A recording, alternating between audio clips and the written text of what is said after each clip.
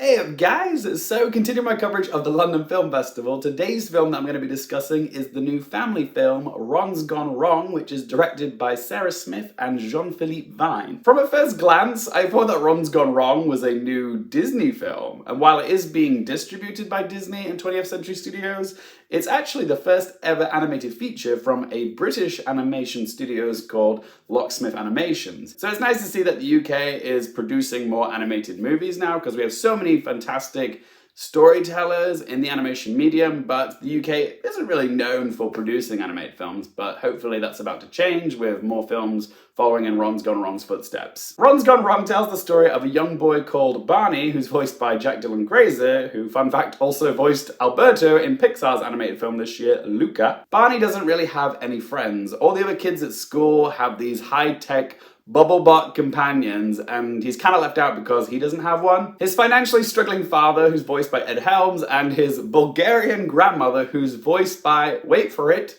Olivia Colman. Yep, I know, it's weird, but she totally pulls it off.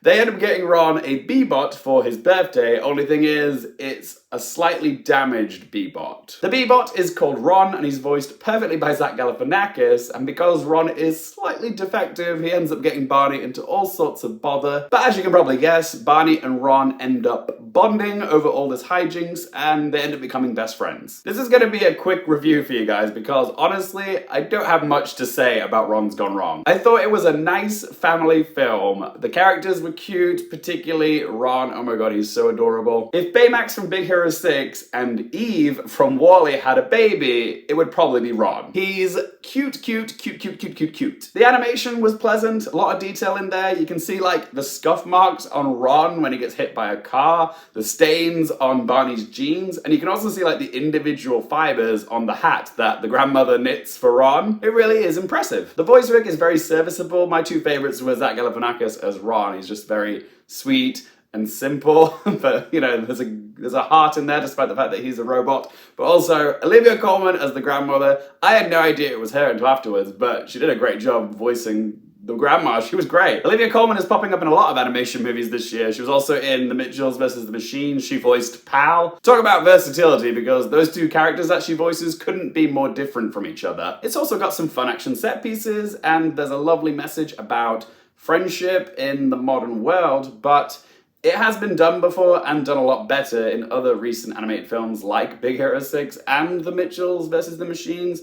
And with The Mitchells, the animation in that film was like next level. So yeah, comparing Ron's Gone Wrong to The Mitchells vs. the Machine, it doesn't have that same sort of wow factor when it comes to the animation. Like, it's good, but it just doesn't have that something extra that The Mitchells had. It was just a lot more eye-grabbing. Ron's Gone Wrong is by no means a bad film. It's got its funny moments and plenty of heart. It's just not giving me anything fresh. It's not saying anything new about its themes, technology, friendship, loneliness, or connection. They have been done before, and they've also been done in a much more exciting fashion than Ron's Gone Wrong. I knew where the film was going, I knew how it was going to play out. It's very run-of-the-mill. Is it enjoyable? Certainly. Is it memorable?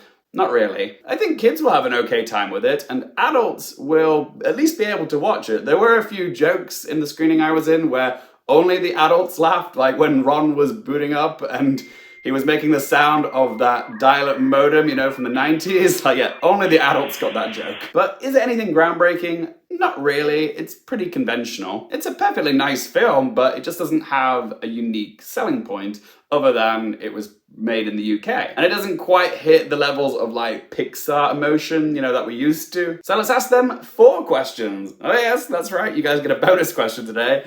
First question, would I watch this again? No, I'm not saying it's a bad film, I just don't think I would ever need to revisit this film ever again. Question 2, do I recommend it for you guys? It's an enjoyable enough watch for families, so yeah, that's who I recommend it for. Third question, what score to give it out of 10? Got nothing against this film, it's a cute enough watch, but it's just nothing particularly special. So I'm going to give Ron's Gone Wrong a score of 5 out of 10. And fourth question, do I think it will be nominated for Best Animated Feature at the Oscars?